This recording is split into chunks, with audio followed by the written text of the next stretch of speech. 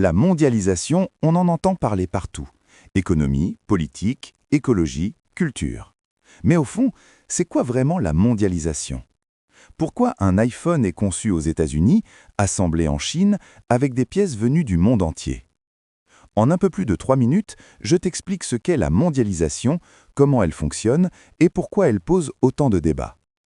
La mondialisation, c'est l'augmentation et l'intensification des échanges entre les différentes parties du monde. Il ne s'agit pas seulement du commerce, mais aussi des échanges de capitaux, d'informations, de personnes et de cultures. Aujourd'hui, aucun pays ne vit totalement en autarcie. Les États sont interdépendants. Cela signifie qu'un événement économique, politique ou sanitaire dans un pays peut avoir des répercussions à l'échelle mondiale. Par exemple, une crise financière aux États-Unis peut provoquer des licenciements en Europe ou en Asie. De la même manière, un simple t-shirt peut être conçu dans un pays, produit dans un autre, puis vendu partout dans le monde. La mondialisation n'est pas un phénomène récent, elle existe depuis plusieurs siècles, mais elle s'est fortement accélérée à partir des années 1970 avec l'ouverture des marchés et la libéralisation des échanges. Le premier moteur de la mondialisation, c'est le commerce international. Les pays échangent de plus en plus de biens et de services, souvent encouragés par des accords commerciaux et par des institutions comme l'Organisation mondiale du commerce, qui cherchent à réduire les barrières douanières. Le deuxième moteur, ce sont les entreprises multinationales. Ces grandes firmes organisent leur production à l'échelle mondiale afin de réduire les coûts et d'augmenter leurs profits.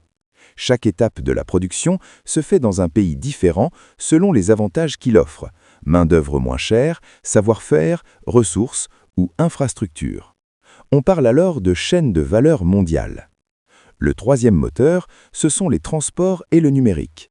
La généralisation du container maritime, le développement du transport aérien et surtout la révolution d'Internet ont profondément transformé le monde. Aujourd'hui, une information, un capital ou une commande peut circuler presque instantanément d'un continent à l'autre. La mondialisation a des effets positifs importants.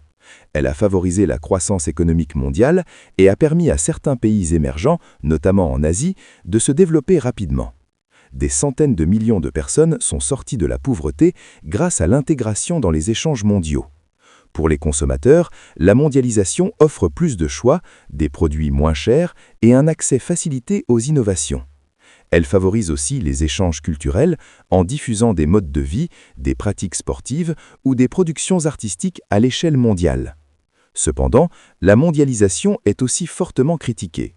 Elle creuse les inégalités entre les pays riches et les pays pauvres, mais aussi à l'intérieur même des sociétés. Dans certains pays développés, la concurrence internationale entraîne des délocalisations et la disparition de nombreux emplois industriels. Sur le plan environnemental, la mondialisation contribue à la pollution, à l'augmentation des émissions de gaz à effet de serre et à la surexploitation des ressources naturelles. Enfin, le poids des grandes entreprises multinationales peut affaiblir le pouvoir des États et remettre en question leur capacité à réguler l'économie. Aujourd'hui, la question n'est donc pas de savoir s'il faut arrêter la mondialisation, mais comment mieux la réguler pour la rendre plus juste, plus durable et plus respectueuse des populations et de l'environnement. Si cette vidéo t'a permis de mieux comprendre la mondialisation, n'hésite pas à liker, t'abonner et partager. À très vite.